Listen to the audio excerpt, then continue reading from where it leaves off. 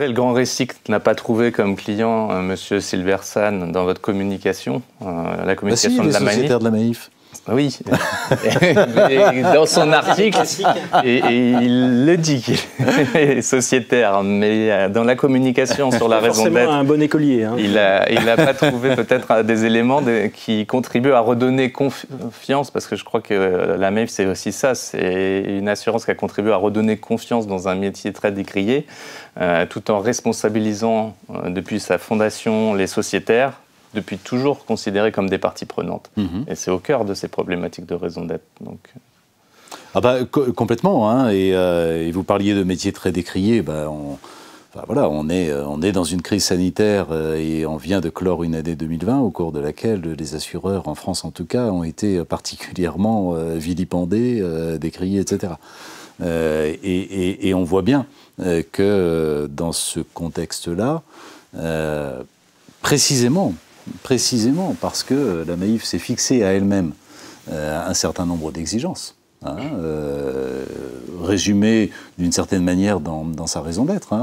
Je vous disais tout à l'heure, attention sincère portée à, eh bien, comment on incarne concrètement, comment on traduit de la manière la plus concrète, la plus tangible possible, cette attention sincère portée à, dans le contexte, puisque c'est ce que l'on évoque là, dans le contexte de la crise sanitaire.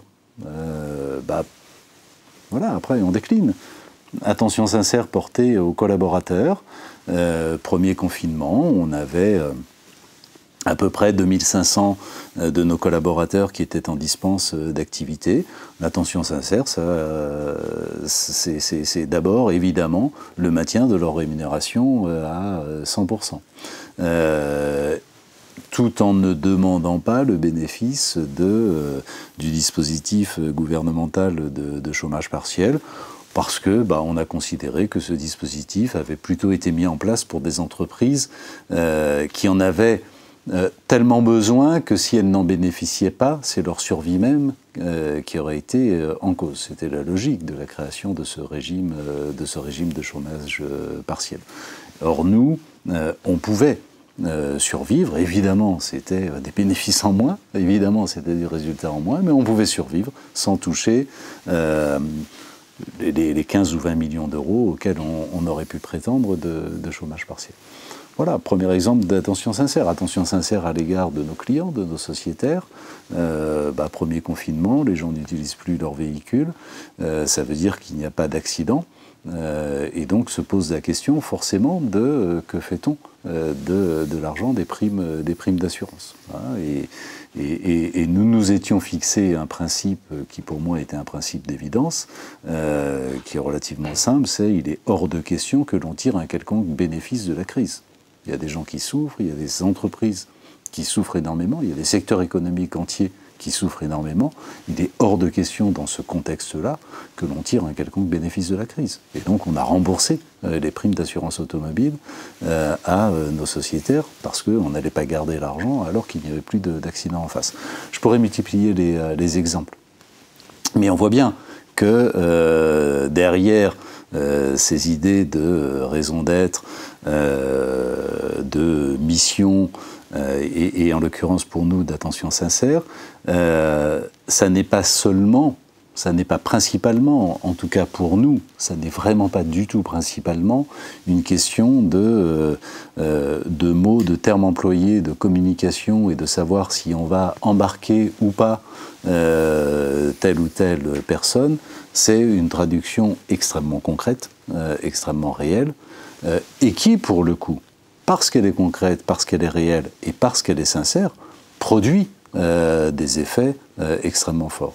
J'ai parlé des salariés, les effets sur le corps social sont absolument incroyables. Et le niveau d'engagement du corps social de la Maif, si un jour vous avez l'occasion, et je vous y invite avec grand plaisir de conduire ou de faire conduire une étude sur le sujet, vous serez surpris par le niveau d'engagement du corps social interne de la Maif. Des effets sur nos sociétaires. je ne peux pas décrire le nombre absolument incroyable de retours que l'on a eu sur le thème de qu'est-ce que l'on est fier d'être sociétaire de la Maïf, bravo, reconnaissance, etc. Hein, et d'ailleurs, ça se traduit dans un comportement de fidélité à l'égard de la mutuelle qu'aucun autre assureur ne connaît et loin de là. Hein, donc il y a bien une réalité tangible derrière tout ça. Merci. Il y a une question justement sur la Maïf. Est-ce que la raison d'être de la Maïf est assez liée à son histoire dans l'économie sociale, ou bien ces sociétaires ont tellement changé que la voie originale de la Maïf est caduque?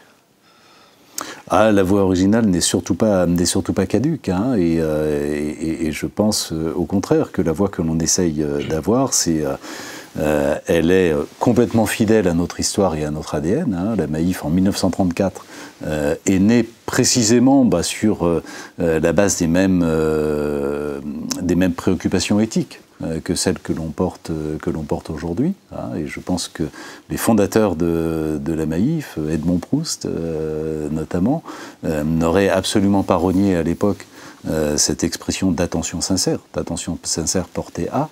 Hein, au contraire, ça me semble complètement convergent. Et en même temps, je pense que c'est une grande modernité pour les raisons que l'on a dites, parce que ça répond à une attente sociale qui est extrêmement forte. Donc non, on ne renie surtout rien du tout, bien au contraire.